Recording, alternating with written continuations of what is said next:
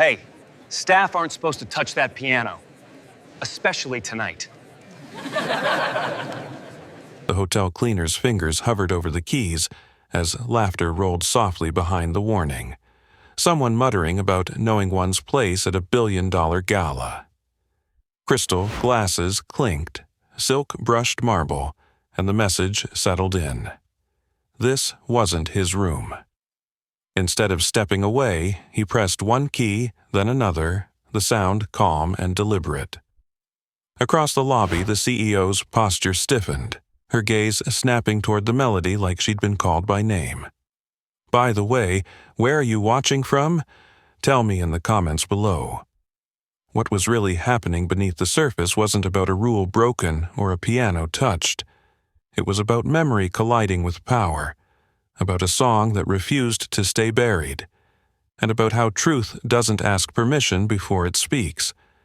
Before anyone noticed, the air had changed, and the hierarchy everyone trusted had started to crack. He didn't look up when a second voice hissed that security would be called. He didn't apologize. He just kept playing, shoulders loose, tempo steady, like the room had finally gone quiet enough to hear him. The melody was simple at first, almost shy, then it folded inward, carrying something unfinished, something aching. Julian Mercer had learned long ago that reacting only fed people who mistook noise for control. Calm was harder to argue with. He wore a cleaner's uniform because it paid the bills and let him leave before midnight. He stayed because his son needed routine more than recognition. Noah sat on a bench near the service corridor, knees tucked to his chest, eyes fixed on the polished floor. Crowds made his breathing hitch sometimes, especially when voices sharpened. The piano had always helped. It was the one sound that smoothed the edges of his world, even when nothing else could. A woman in a tailored black dress stepped closer. Irritation etched into her smile. "This event is private," she said, gesturing toward the keys. "You're disrupting it." He nodded once, not in agreement but acknowledgement, and let the melody answer for him. A few guests rolled their eyes. Someone scoffed about background noise. No one noticed the way the CEO's hand tightened around her glass, knuckles paling as recognition crept in against her will. The song shifted, revealing its spine. It wasn't flashy, it wasn't meant to impress. It was a confession shaped like music, and it carried the weight of something written for one person alone. Noah's shoulders eased, his breathing slowed. He leaned back against the wall, trusting the sound more than the room. The events director, Marianne Holt, hovered at the edge of the crowd, caught between protocol and instinct. She'd heard hundreds of pianists play that instrument. None like this. None who made the room feel smaller and more exposed at the same time. "Should I stop him?" a security guard whispered. Marianne hesitated. "Wait," she said quietly, though she wasn't sure why. The CEO took a step forward before she realized she was moving. Ilara Whitcomb had built her empire on precision and control, on never letting the past dictate the present. But the melody reached places money never could. It carried a name she hadn't spoken in decades, a promise left unfinished, a life she'd sealed away behind success. The cleaner's hands moved with certainty, not show. The rhythm breathed. Guests fell silent one by one, unsure when they decided to listen. Phones lowered. Whispers died. Someone finally recognized the tune. "That song," a woman murmured, confusion threading her voice. "I've never heard it recorded." Because it wasn't meant to be. Julian felt the moment cresting, the way a tide changed before it turned. He kept his eyes on the keys. This wasn't for them, it never had been. It was for the boy breathing easier behind him, and for the part of himself he'd folded away to survive. Ilara stopped a few feet from the piano. Her composure cracked, just enough to be seen. The room watched, sensing significance without understanding it yet. Power didn't vanish in that instant, but it faltered, unsure of its footing. The final notes lingered, unresolved by design. He lifted his hands and let the silence finish what sound had started. Noah looked up, calm now, eyes searching for his father's face.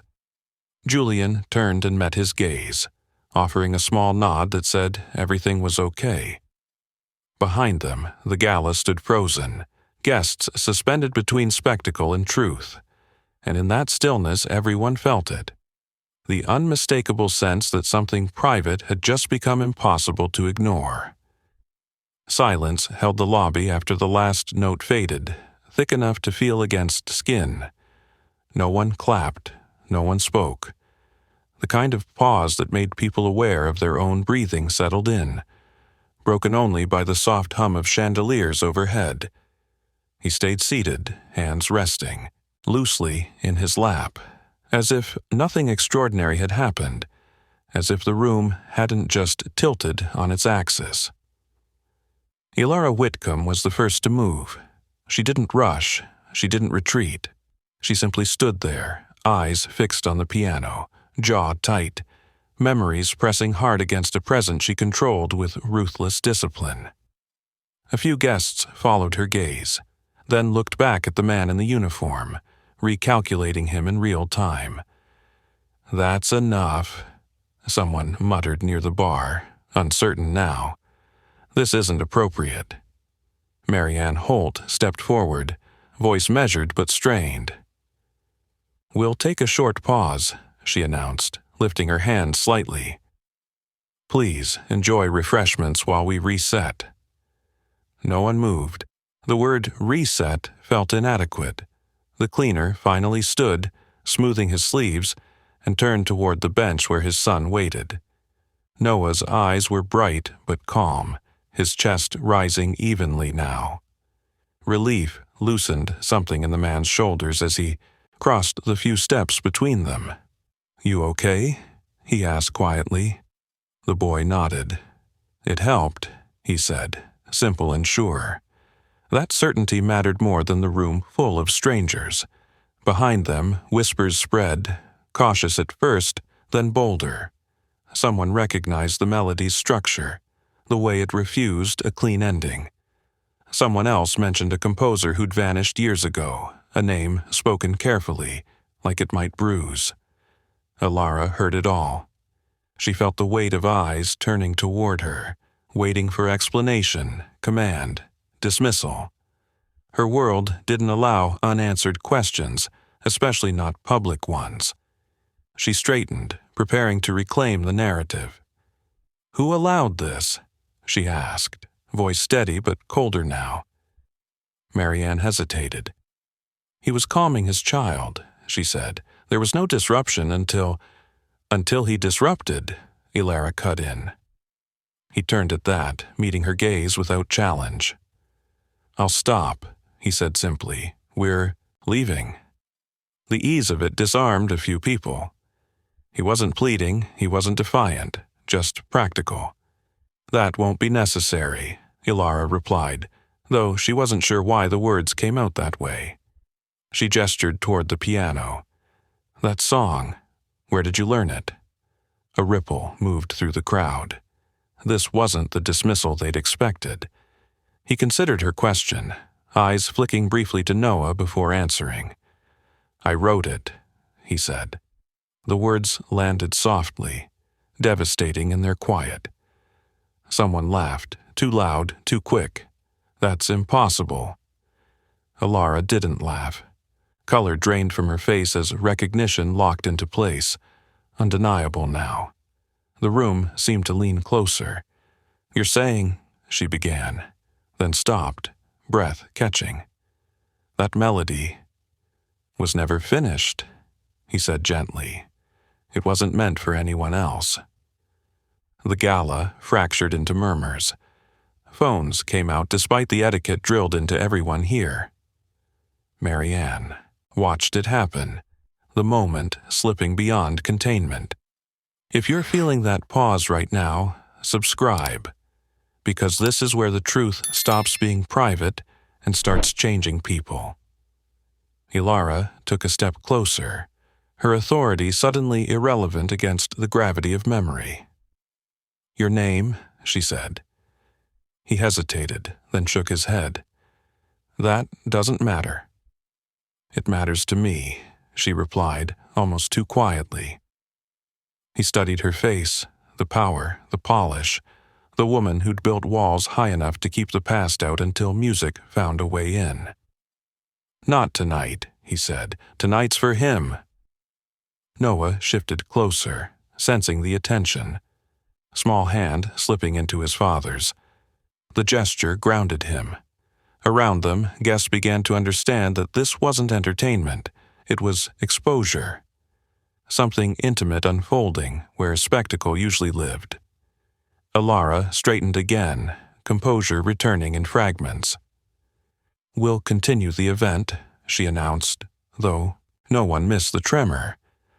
"Thank you for your contribution." The word contribution sounded fragile. He nodded once, already turning away, guiding his son toward the service corridor. The crowd parted without realizing they'd done it, eyes following them with new awareness. Behind them, the piano sat untouched, its truth released into a room built on appearances. And Ilara Whitcomb stood very still, surrounded by witnesses who'd just seen power hesitate for the first time. They slipped into the service corridor, the door swinging shut behind them with a soft final click that cut off the murmur of the gala. The air back there smelled faintly of polish and detergent, familiar and grounding. He slowed his pace once they were out of sight, releasing a breath he hadn't realized he was holding. Noah leaned into his side as they walked, small fingers still curled tight, the echo of the melody lingering between them like warmth. Behind the door, the lobby struggled to remember itself. Guests attempted conversation, laughter landing in the wrong places, too loud or too late. No one quite knew how to proceed when the emotional center of the room had just walked away in a maintenance uniform. Eyes kept drifting toward the piano, then toward the CEO, waiting to see which one would be acknowledged first. The hierarchy everyone trusted felt oddly incomplete now. Ilara remained where she was, glass untouched in her hand. The words he'd spoken replayed relentlessly, precise and devastating. I wrote it. The memory she'd sealed away surged forward, no longer content to stay abstract. She remembered the cramped apartment, the cheap upright piano, the way that melody had filled the room with possibility before life had intervened. She'd told herself she'd imagined its power. Hearing it again proved she hadn't. Marianne Holt approached cautiously, lowering her voice. "Do you want me to handle this?" she asked, gesturing vaguely toward the corridor. Ilara didn't answer right away. Her gaze followed the direction they'd gone, authority faltering under something far more personal. "No," she said finally. "I will." In the corridor, he knelt briefly to adjust his son's jacket, making sure the zipper sat comfortably under his chin. "You did great back there," he said quietly. Noah shrugged, a shy smile tugging at his mouth. "You always play that one when it's loud." He nodded, because it listens back. They reached the maintenance alcove where his cart waited, tools neatly arranged, order in a world that preferred chaos hidden behind elegance. He rested a hand on the metal handle, considering whether to leave now, whether disappearing again would be easier. It always had been. But the way Ilara's voice had softened, the way the room had held its breath, told him the choice might no longer be his alone. The corridor door opened again. Ilara stepped through without announcement, heels quiet on the tile, posture composed but eyes unguarded. She stopped a few feet away, taking in the cart, the child, the ordinary reality she'd never bothered to notice before. "I remember that song," she said, skipping formality entirely. "I remember the night it was written." He didn't correct her. He didn't confirm it either. "It was a long time ago," he said. "For me too," she replied. But hearing it, her voice trailed off, the sentence unfinished in the same way the melody was. Noah looked between them, sensing significance without context. He tightened his grip, grounding his father again. "This isn't the place," Ilera said, gesturing vaguely back toward the gala. "And tonight isn't the time, but I need to understand." He considered her words, weighing the cost of reopening something he'd buried carefully for years. "Understanding doesn't always help," he said. "Sometimes it just makes things harder." "Harder than pretending it never existed?" she asked softly. The question lingered between them, fragile and dangerous. He glanced down at his son, then back at her. "I have to go," he said. "He needs quiet." Ilera nodded, accepting the boundary even as it unsettled her. "Then let me make sure no one stops you," she said, "or treats you like background again." A beat passed. He inclined his head, acknowledgement rather than gratitude. He took Noah's hand and began to move past her, the corridor suddenly feeling narrower, heavier, with unspoken history. As they walked away, Alara remained still, the hum of the building pressing in. The gala continued without its emotional anchor, but the damage was done. Guests would talk, staff would whisper, the melody would follow her long after the night ended. For the first time in years, she understood that power couldn't silence everything. Some truths waited patiently, then surfaced where witnesses couldn't unsee them. Ilara stayed in the service corridor long after they disappeared around the corner, the soft echo of their footsteps fading into the building's bones. The hum of ventilation filled the silence, steady and indifferent, a reminder that systems kept moving whether people were ready or not.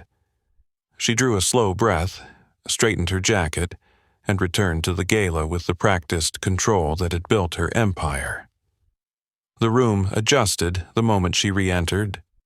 Conversations lifted, laughter found its volume again, and glasses were raised as if nothing intimate had just unfolded. But the shift lingered in people's eyes. They watched her more closely now, waiting for cues, for proof that the moment hadn't unsettled the person at the center of power. Marianne Holt met her near the bar, relief flickering across her face. "Security's standing down," she murmured. "No incidents." Ilara nodded. "Good." She scanned the room once more, taking in the piano, the guests, the carefully curated illusion of normalcy. "Continue as planned." The words sounded hollow to her ears. She moved through the crowd, responding automatically to greetings and congratulations, but her attention kept drifting. Every laugh landed too sharply. Every compliment felt distant. The melody replayed again and again in her mind, threading memory through spaces she'd sealed with success and time. At the edge of the room, two guests spoke in hushed tones. She caught fragments without trying. A lost composer, a vanished talent, a song no one had heard before tonight. The speculation was already taking shape, bending toward narrative. She stepped in smoothly. "Enjoying the evening?" she asked. They startled, then nodded, eager to please. The conversation shifted instantly to safer topics. She smiled and moved on, but the damage was done. Stories, once seated, rarely stayed contained. Back in the service corridor, he guided Noah toward the staff exit, the clatter of carts and low voices replacing the gala's sheen. The building felt different here, honest in its wear. He welcomed it. Noah's steps had slowed, the adrenaline fading. "Are we in trouble?" the boy asked quietly. He shook his head. No, we're just done for the night. They paused near the exit, the cool air pressing faintly through the doors. He checked his watch, calculating the bus schedule, the rhythm of getting home without disruption. Routine mattered, especially after nights like this. Behind them, Marianne caught up, breathless. She asked me to make sure you left without interference, she said. No one's stopping you. He nodded. Thank you. Marianne hesitated, then added, For what it's worth, that was beautiful. He met her gaze briefly. It was necessary. She smiled, a little sadly, and let them go. Outside, the night wrapped around them, quiet and forgiving. He took Noah's hand, guiding him toward the curb where the city waited, indifferent and familiar. The glow of the hotel loomed behind them, all glass and promise, but it no longer held him. Inside, Ilara retreated to a private lounge, closing the door against the noise. She leaned against the counter, finally allowing the mask to slip. The weight of the moment settled fully now, pressing against years of carefully curated distance. She poured a glass of water and stared at the surface, watching ripples distort her reflection. She hadn't planned for this. She'd spent decades ensuring the past remained exactly where she'd left it. But hearing the song again had cracked something open, a fault line running beneath the life she'd built. Her phone vibrated. A message from her assistant, concise and cautious. The press was already asking questions. Someone had uploaded a clip. The comments were multiplying. She closed her eyes briefly. Control, she reminded herself, wasn't about denial. It was about response. Ilara typed a short directive, precise and measured. No statements tonight, no takedowns, let it breathe. She set the phone down and looked again at the piano through the glass. It sat untouched now, its presence louder in silence than it had been with sound. She understood dimly that tonight had marked a shift she couldn't undo. Across town, he and Noah boarded the bus, finding seats near the back. The city slid past in blurred lights, ordinary and steady. Noah leaned against him, eyelids drooping. You didn't finish it, the boy murmured. He smiled faintly. I never do. Will you someday? Maybe, he said. Some things need the right moment. Noah nodded, satisfied, and drifted toward sleep. As the bus pulled away, the hotel's lights receded, becoming just another building in a city full of them. Inside it, a CEO grappled with memory and meaning. Outside, a father held his son, anchored in what mattered most. The melody lingered between them both, unfinished, waiting to see what would follow. The bus hummed beneath them, tires whispering over asphalt as the city thinned into quieter blocks. He shifted slightly to keep Noah comfortable, the boys breathing slow, and even now, a small miracle after the noise and eyes and pressure of the night. Streetlights slid across the window in soft bands, turning the glass into a moving metronome. He counted them without meaning to, a habit from years of keeping tempo in his head. At the hotel, the gala dissolved into pockets of speculation. Guests lingered longer than planned, conversations looping back to the piano no matter how hard hosts tried to redirect. Someone replayed a grainy clip, sound tinny but unmistakable. The melody cut through the chatter again and again. Phones glowed, meaning gathered. Ilara watched it happen from the quiet of her office, jacket draped over the chair, hair loosened for the first time that evening. She didn't call anyone to spin it. She didn't issue a denial. She let the clip play through to the unfinished end and felt the old ache settle where it always had. The song hadn't changed, she had. A knock sounded. Marianne stepped in, careful. It's spreading, she said. Staff are sharing it, guests too. Ilara nodded. Let them. That's not. Marianne stopped herself. Okay. The bus stopped. He adjusted his grip as Noah stirred, then settled again. The quiet gave him space to feel what he'd held back, relief first, then the familiar weight of exposure. He'd chosen anonymity for a reason. It kept things simple, but the melody had chosen otherwise tonight. At home, he carried Noah inside, laid him gently on the couch, then tucked a blanket around his shoulders. The apartment was small, clean, the piano bench pressed against a wall beside a keyboard with chipped keys. He stood there a moment listening to the refrigerator hum, the building's pipes ticking as they cooled. Ordinary sounds. Anchors. His phone buzzed. An unknown number. He didn't answer. Back at the hotel, Ilara convened a brief meeting with legal and communications. She listened more than she spoke, eyes drifting to the window as phrases like narrative control and brand integrity floated past. When they paused, waiting for direction, she surprised them. No takedowns, she said. No statements tonight. We'll acknowledge the moment in the morning. A lawyer frowned. Acknowledge how? With truth, Ilara replied, carefully, fully. They exchanged looks. This wasn't how she usually moved. The night deepened. Comments multiplied. Someone identified the composer from an old program photo, a name whispered like a dare. Someone else countered with uncertainty. The debate sharpened. Memory does that when it escapes.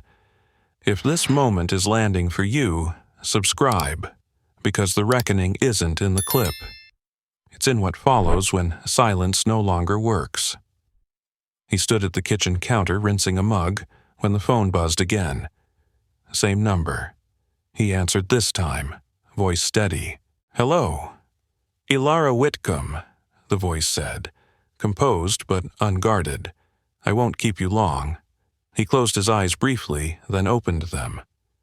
It's late. I know, she said. I needed to say this before it became something else. I'm sorry for how you were treated tonight. He considered the apology, its timing, its cost. Thank you, he said. That matters. I'd like to meet, she continued, privately, to understand what surfaced, to do right by it.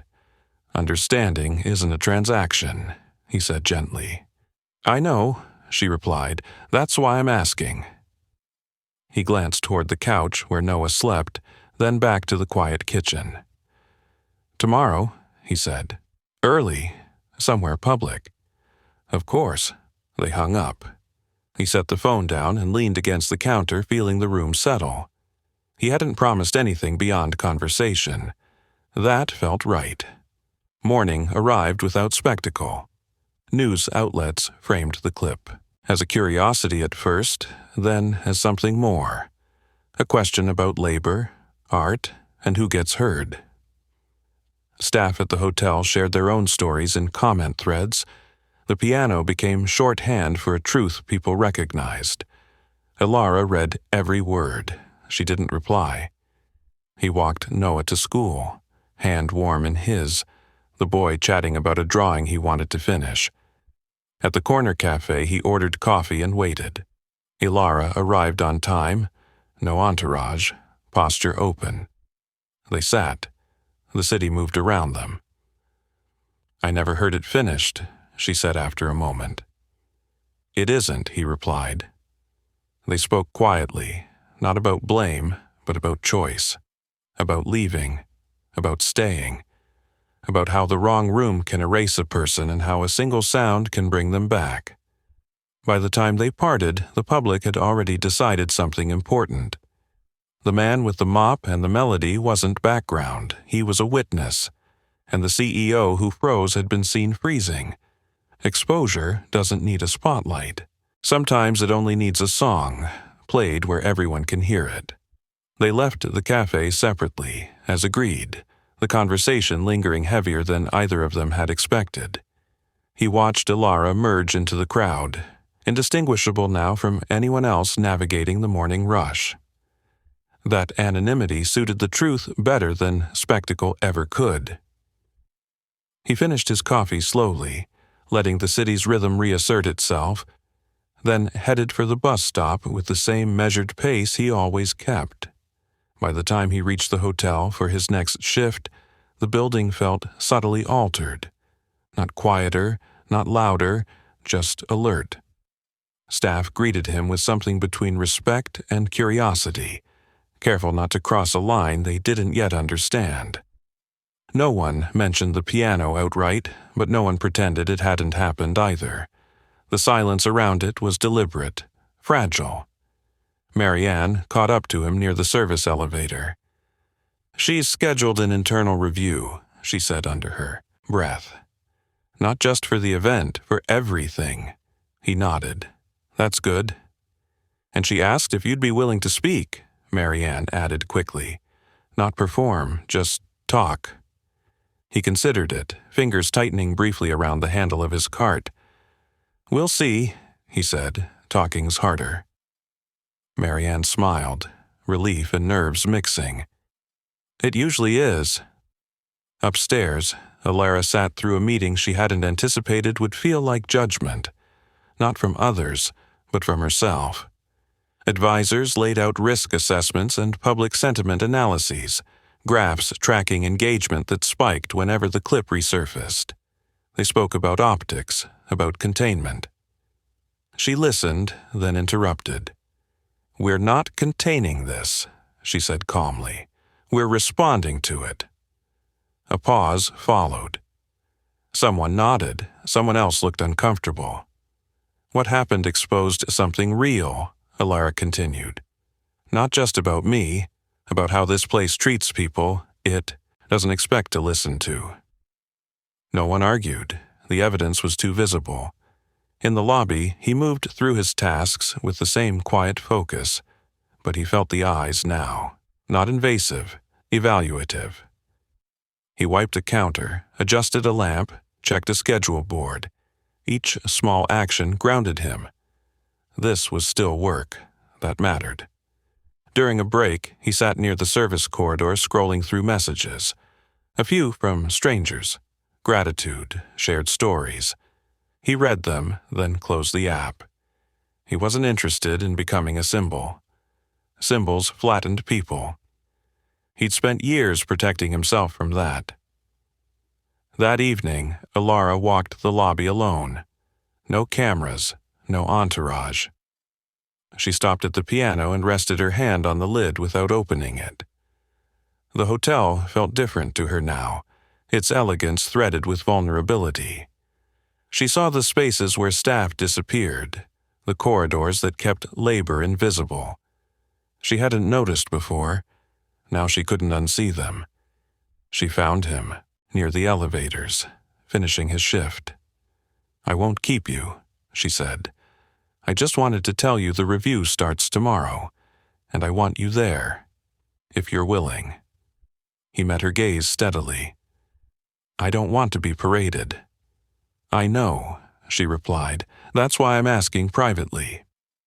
He thought of Noah, of the way the boy trusted him to choose stability over noise.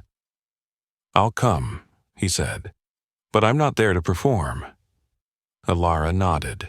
"Neither am I." The review took place in a plain conference room the next morning. No branding, no stage. Staff from every level sat at the same table. The discomfort was immediate, honest. He spoke when asked, describing systems that filtered voices by title, how warnings softened as they traveled upward. He didn't accuse, he explained. Others followed. A housekeeper, a security guard, a junior tech. Each story added weight. Alara listened without interruption, hands folded, absorbing the cumulative truth of it. When it ended, nothing felt resolved. That was the point. Later, as he walked home, the city dusk wrapped around him, familiar and forgiving. Noah ran to meet him at the door, chattering about school, about a song they'd heard in class. He listened, smiled, cooked dinner. Life continued, stubbornly ordinary. But somewhere inside the hotel, processes shifted, reports rerouted, meetings restructured. Listening became less ceremonial and more practical. It wasn't dramatic, it was effective. That night, Ilara received a message from a board member questioning the direction she was taking. She replied with a single line, "We're fixing what we ignored." She turned off her phone and sat in the quiet, the melody resurfacing once more, no longer painful but instructive. It had done its work. Back in his apartment, he sat at the keyboard after Noah slept, fingers resting on the chipped keys. He played softly, not the old song, but something new. It didn't resolve either, it didn't need to. Some truths, once exposed, didn't demand endings. They demanded attention. And this time, attention had arrived, not with applause, but with change. The days that followed settled into a strange in-between, neither calm nor chaotic, but watchful. The hotel moved with deliberate care now, as if every corridor had learned to listen. He felt it most in the pauses, how supervisors waited a beat longer before dismissing a concern, how staff meetings stretched past their usual endpoints, how questions were answered instead of redirected. He didn't change his routine. He arrived early, checked schedules, wiped surfaces no one else noticed. The work steadied him. It always had. But the space around him felt altered, as if the building itself remembered what had happened and refused to forget. Marianne walked alongside him one morning, matching his pace. "People are still talking," she said quietly. "Not gossip, reflection." "That's better," he replied. "They're asking questions we've never had to answer before," she added, "about who gets heard, about why it took a moment like that." He nodded once. "Moments don't create problems," he said. "They reveal them." Upstairs, Ilara faced a different rhythm. Meetings now ended with more uncertainty than clarity, and she let them. The instinct to conclude, to wrap everything in decisiveness, tugged at her constantly. She resisted it. Listening required restraint. It demanded leaving things open longer than comfort allowed. She reviewed internal reports late into the night, patterns emerging where she'd once seen noise. Maintenance logs flagged repeatedly, softened language masking urgency. Staff turnover clustered around departments that had been praised for efficiency. The connections felt obvious now, unforgivable even. She requested another meeting. Not formal, no agenda, just staff from across the building, invited without hierarchy. When they gathered, the tension was immediate, eyes darting, bodies stiff. Ilara took a seat among them, not at the head. "I'm not here to defend anything," she said. "I'm here to understand what I've been insulated from." No one spoke at first. Then someone did, and then another. The stories weren't dramatic. That was the problem. They were ordinary, overlooked, accumulated. He listened from the back of the room, arms folded loosely, attention steady. He spoke only once, when asked, and kept it brief. "Systems don't fail all at once," he said. "They erode quietly." The room absorbed it. Later, as people filtered out, a young technician approached him, hesitant. "I didn't know you could do that," she said, meaning the piano, the composure, the way he'd spoken. He smiled faintly. "Most people don't." "That song," she added. It made something click. He nodded. "That's what music does." At home, Noah sensed the shift in him, even if he didn't name it. Dinner, conversations stretched longer. Laughter came easier. The boy practiced his breathing without being reminded, pride lighting his face when he noticed the difference. "You're not as quiet," Noah observed one evening. He considered that. Maybe I'm listening more, he said. Noah grinned. Me too. Ilara watched the ripple extend beyond the hotel. Other properties asked questions. Executives requested summaries they would have ignored a month ago. The clip still surfaced now and then, but it had lost its novelty, replaced by something more durable. Reference, a shorthand for a lesson learned publicly. She received resistance, of course. Emails framed in polite concern. Meetings that circled the same objections. She held her ground without dramatics. The moment had done that work for her. It was harder to argue with something everyone had seen. One evening, she found herself alone in the lobby after hours. The piano sat closed, bench tucked neatly in. She lifted the lid, this time hesitating before pressing a single key. The sound rang out, clean but empty. She closed it again, understanding the difference. In the service corridor, he finished his shift and paused, listening to the building settle into night.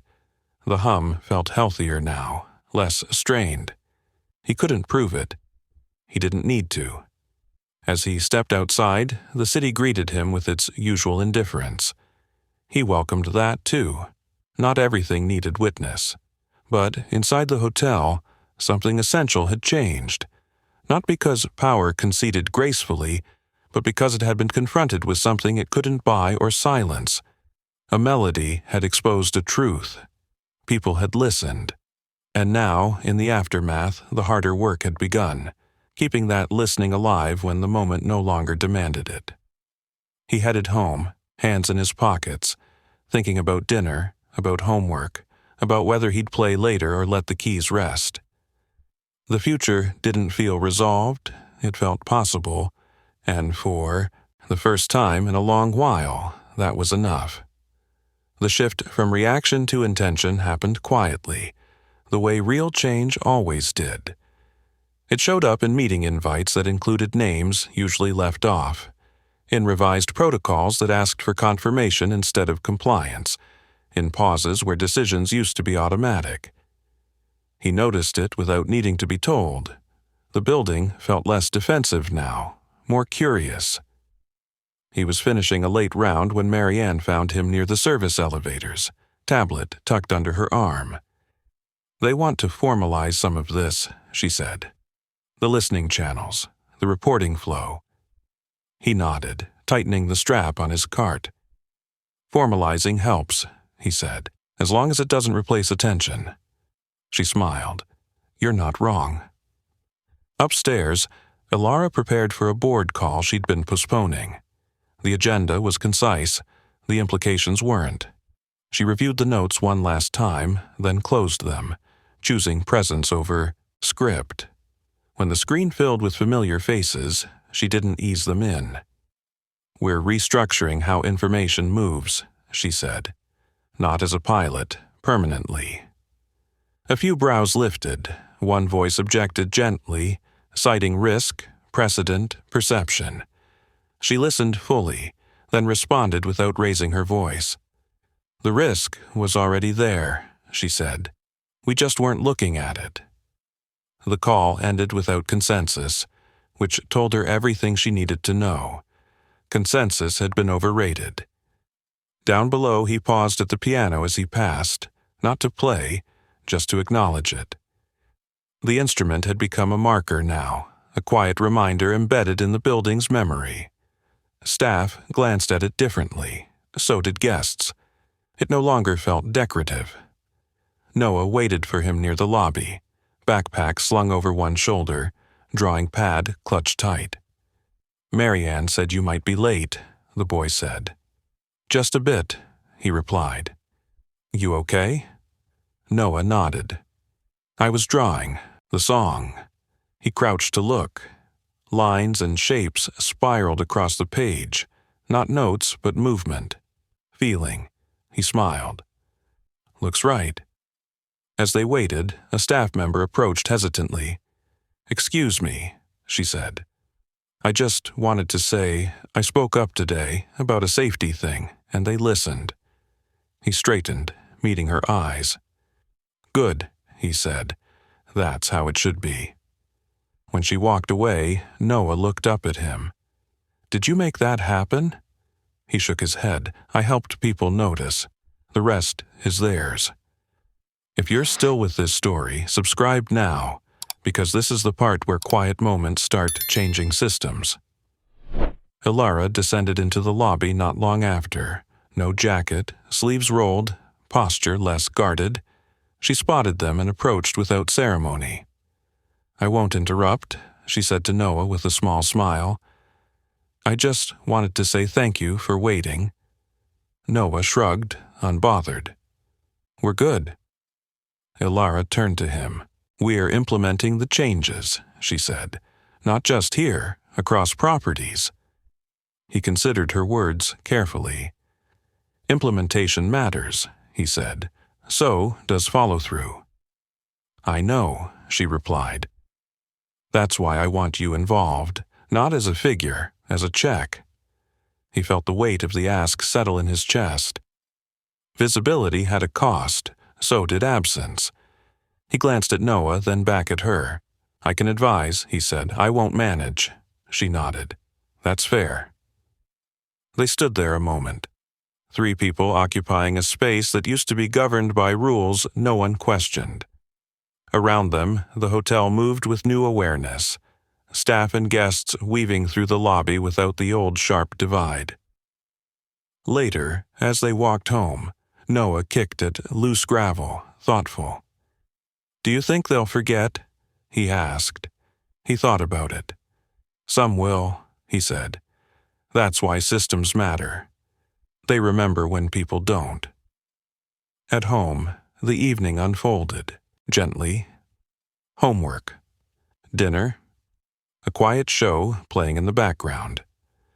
After Noah went to bed, he sat at the keyboard again, fingers hovering. He played a few bars of the old melody, then let it dissolve into something else, something forward-moving. Across the city, Ilara reviewed drafts of the new framework, making small, deliberate changes. She felt the resistance building already. That was fine. Resistance meant friction. Friction meant movement. She closed her laptop and looked out at the lights.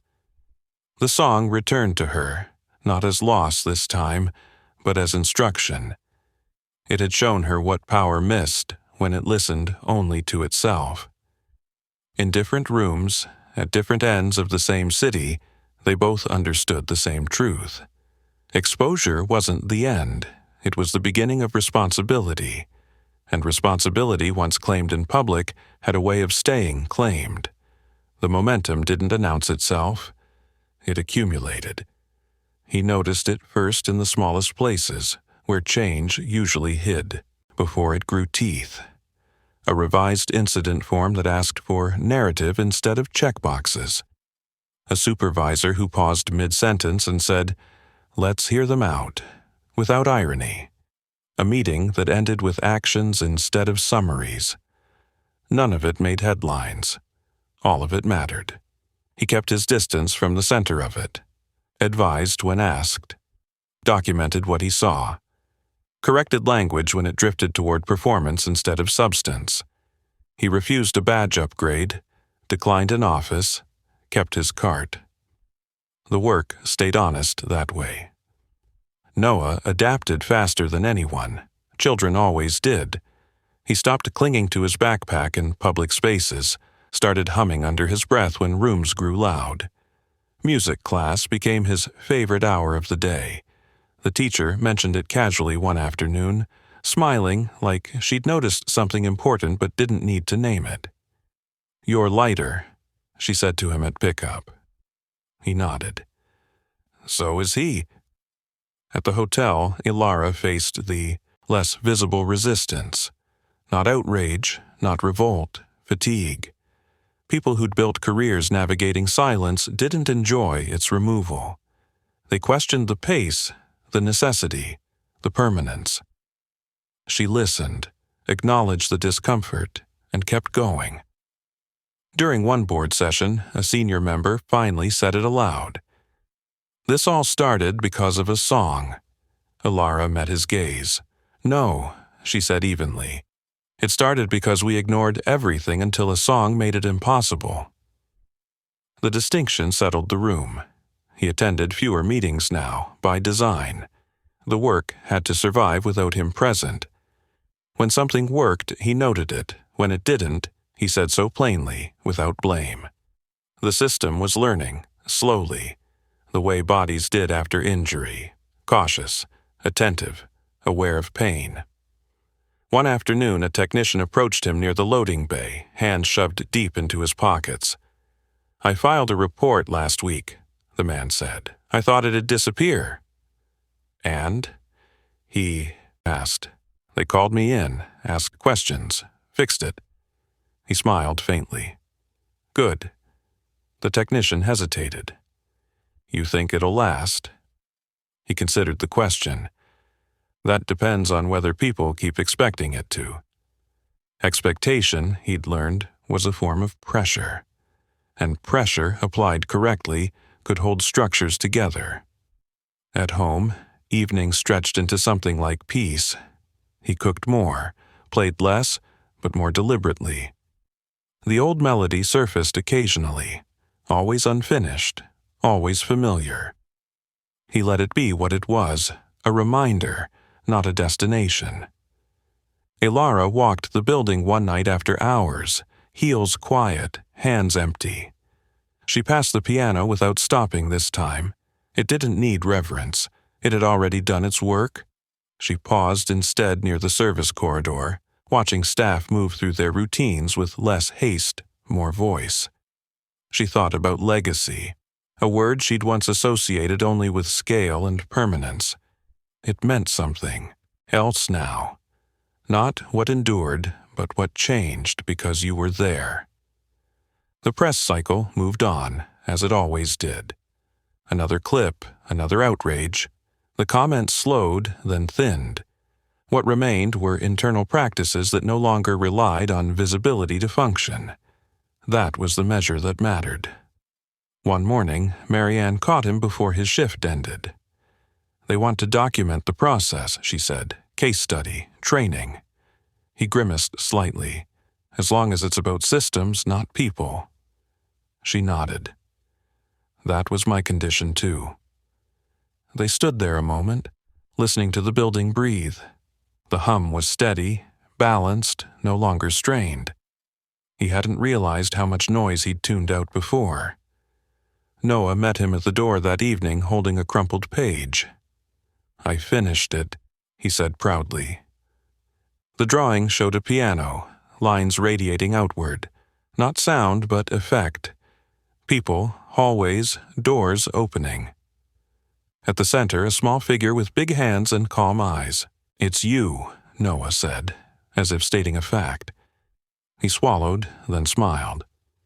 "It's everyone," he said. "I'm just near the piano." Noah considered that, then nodded, satisfied. Later, after the boy slept, he sat on the edge of the bed, listening to the city through an open window. Somewhere, a bus sighed. Somewhere else, someone practiced scales badly. Life continued, imperfect and persistent. Across town, Ilara closed a report and powered down her screen. The board hadn't applauded. The market hadn't shifted. But something fundamental had recalibrated, and she knew it wouldn't easily slide back. She thought of the moment she'd frozen, the public crack in her composure. Not with embarrassment now, but gratitude. It had been a warning she couldn't ignore. Exposure had done its job. The rest was maintenance. And for once, maintenance was being taken seriously. The invitation arrived without ceremony, tucked into his locker between shift notes and a folded schedule. A simple request for his presence at a staff assembly, time and place specified, no title attached. He read it twice, then closed the locker and went back to work, letting the day keep its shape. The assembly filled the hotel's largest conference room, not with executives alone, but with uniforms, lanyards, scuffed shoes, and pressed suits sharing the same rows. The arrangement felt intentional, No raised platform, no spotlight. Just chairs set in a wide arc, everyone facing everyone else. He took a seat near the aisle, hands resting loosely, attention steady. Noah sat beside Marianne with the sketchbook, swinging his legs, unbothered by the room's weight. The boy's presence softened the edges without trying to. Elira entered last, unaccompanied. The room quieted, not out of fear, but expectation. She stood for a moment, scanning faces she hadn't learned to read until recently, then spoke without notes. "What happened here a few weeks ago was public," she said. "And it needed to be." A murmur moved through the room. He stayed still. "I want to be clear," Elira continued. "This isn't about a song. It's about what the song revealed, about how we failed to listen until we couldn't avoid it." She paused, letting the words settle where they would. "I was wrong," she said plainly, about who belonged in which spaces, about whose voices mattered. The admission landed with a quiet force. Not applause, not outrage. Recognition. She turned slightly, gesturing toward him without naming him. The person who played that piano didn't ask for attention. He asked for calm, for care, for the space to do what he knew how to do. Eyes followed her gesture. Some nodded, some looked down, no one laughed. "From this point forward," Elira said, "our systems will reflect that truth. Reporting lines are changing, decision reviews are changing, and accountability will no longer stop where it's convenient." A hand rose in the back. "Oh, housekeeper. Will this last?" she asked, voice steady. Elira didn't deflect. "It will if we expect it to," she said, "and if we hold it to account together." She stepped back, not inviting applause. None came. What followed was quieter, heavier, more durable. Afterward, people moved slowly, conversations unfolding in low tones. A technician thanked him without making it ceremonial. A supervisor apologized without excuses. He accepted both with the same calm, knowing neither was the point. Noah tugged his sleeve. "Did you hear that?" the boy asked. "I did," he said. "They listened." He smiled. "Yes." Outside the room, Elira approached him, careful not to claim the moment. "I meant what I said," she told him, publicly. "I know," he replied. "That's why it mattered." She nodded. "I won't ask you to stay longer than you want, or to be anything you're not." He appreciated that. Then we're aligned. They parted without photographs, without statements. The building returned to its rhythm, altered in ways that wouldn't show on a brochure. That evening, he walked home with Noah, the city humming around them. The boy chattered about school, about a friend who'd learned a new chord, about a hallway that felt less loud lately. At home, he cooked dinner, listened, corrected homework gently. After dishes, he sat at the keyboard and played a few soft notes, letting them fade naturally this time. The old melody hovered, then gave way to silence. Across the city, Elira reviewed feedback from the assembly. Not praise, questions, requests, demands for consistency. She welcomed them. The public moment had done its work. Now came the part that required endurance. She closed the file and looked out at the lights, thinking not of control, but of stewardship. Back in the apartment, Noah yawned and leaned against him. "You didn't freeze," the boy said sleepily. He laughed softly. "Neither did she." Noah smiled, satisfied with that symmetry. The chair had been replaced. The piano lid closed. But the room remembered. And so did everyone who'd seen power pause long enough to hear what it had been missing. He walked the last block slower than usual, Noah's weight light against his side, city noise thinning into evening hush. The assembly replayed in fragments, faces listening. A question asked aloud, an answer left intentionally open. Nothing felt finished, that was the relief. Finishes were tidy lies, this felt like work. At home, routine took over without discussion. Shoes by the door, hands washed, dinner warmed. He listened more than he spoke, letting Noah's stories stretch and tangle. The boy's breathing stayed even, confidence replacing the old vigilance. Stability wasn't dramatic, it was earned. Tonight it held, quietly, without witnesses, present. The following days tested intention. Emails questioned scope, schedules pushed back. Someone asked if the momentum could pause. He answered when asked, plainly, refusing polish. Momentum didn't pause. It redistributed. The work belonged to everyone now, or it failed. That expectation became visible, uncomfortable, necessary, and widely shared across floors. Ilara felt the pressure shift from image to proof. Investors asked sharper questions. Managers submitted fewer decks, more data. She insisted on follow-up, not applause. Public memory kept the standard high. Forgetting would have been noticed. Accountability thrives where witnesses exist. That reality guided decisions daily, even unpopular ones, too. He declined interviews and a commemorative plaque. Attention fossilized moments. Systems needed movement. When asked why, he said only that music worked best when it passed through people. Noah nodded at that, understanding more than expected, drawing spirals that looked like doors opening. Each line meant possibility, to him, clearly. At the hotel, a near miss surfaced and resolved without escalation. It was documented, reviewed, fixed, no alarms, no clip, just competence. The absence of drama felt like progress. He noted it, satisfied, and moved on to the next task. That was the goal all along. Quiet success, sustained by care. Ilara walked past the piano again, unremarked now.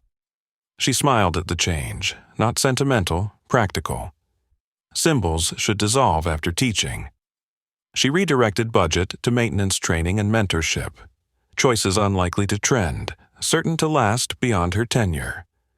Legacy reframed itself quietly, in spreadsheets and habits that endured. Longer.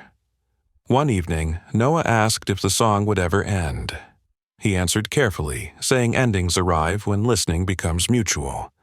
The boy accepted this, then practiced a chord, smiling when it rang true. Progress sounded like that. Imperfect, shared, alive, and possible for everyone, who stayed attentive, over time, together. The city resumed its indifferent grace. Buses sighed. Windows glowed, past familiar corners carrying less weight. The moment hadn't elevated him.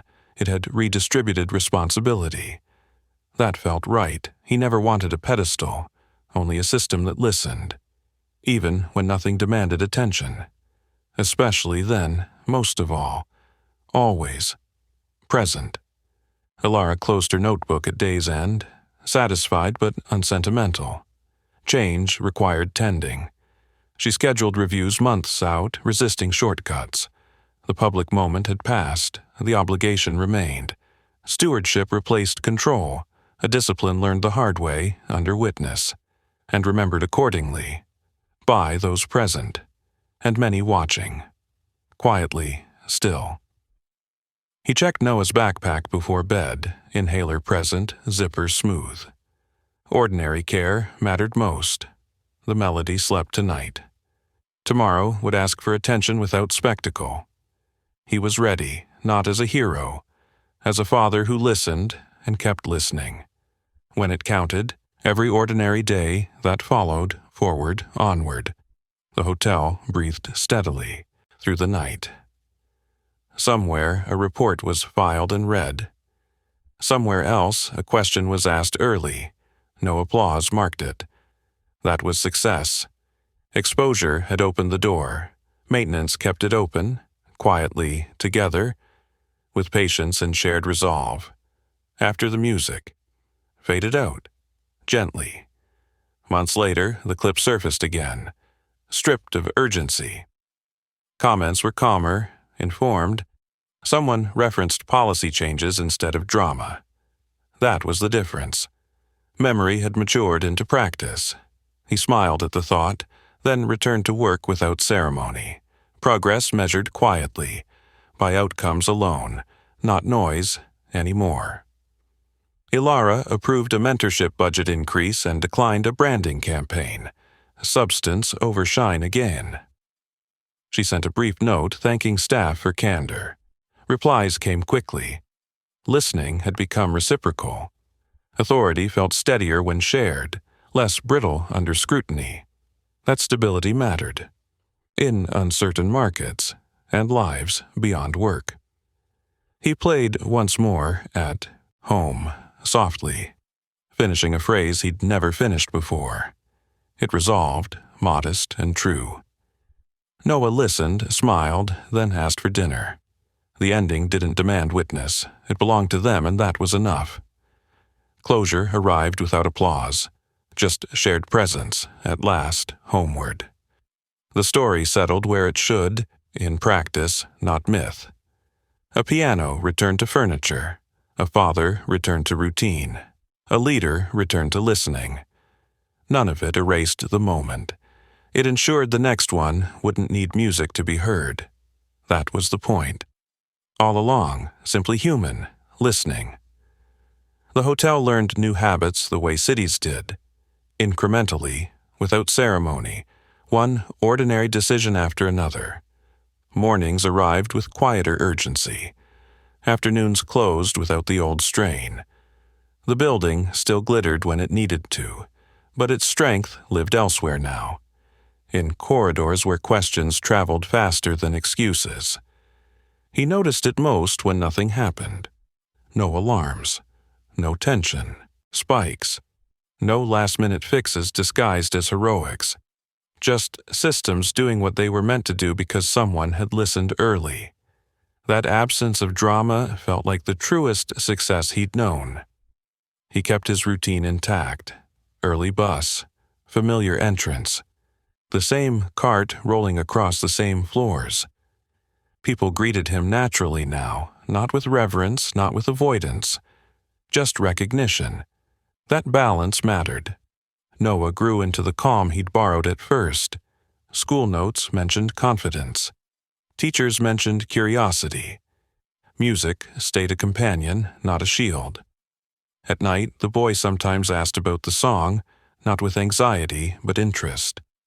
Why did it matter so much? He asked once. He thought for a moment. Because it told the truth in a place that wasn't listening. Noah nodded, satisfied, then asked what was for dinner. That too felt right. Ilara adjusted to her new rhythm with discipline rather than nostalgia. She still led decisively, but she measured outcomes differently now. Not by applause or speed, but by whether warnings arrived early and stayed intact as they moved. She demanded proof, not reassurance. Resistance continued, quieter but persistent. She didn't take it personally. Change was supposed to chafe. If it didn't, it wasn't real. She passed the piano one evening and paused, not out of sentiment, but gratitude. It had been an instrument, nothing more. The work that followed had belonged to people. That distinction mattered. Across the city, the clip faded into context. It no longer traveled as spectacle, but reference, used in trainings, cited in conversations about labor and listening. Its power matured. That was rare and earned. He declined a speaking invitation from another property and recommended someone else instead. Listening multiplied best when distributed. He stayed where he was useful, not visible. That choice protected the work. One afternoon, a new hire stopped him with a nervous smile. I asked a question. Today, she said. They answered it. He smiled back. Good. Ask another tomorrow. That night at home, He finished the song alone at the keyboard, not because anyone was waiting, but because it was time.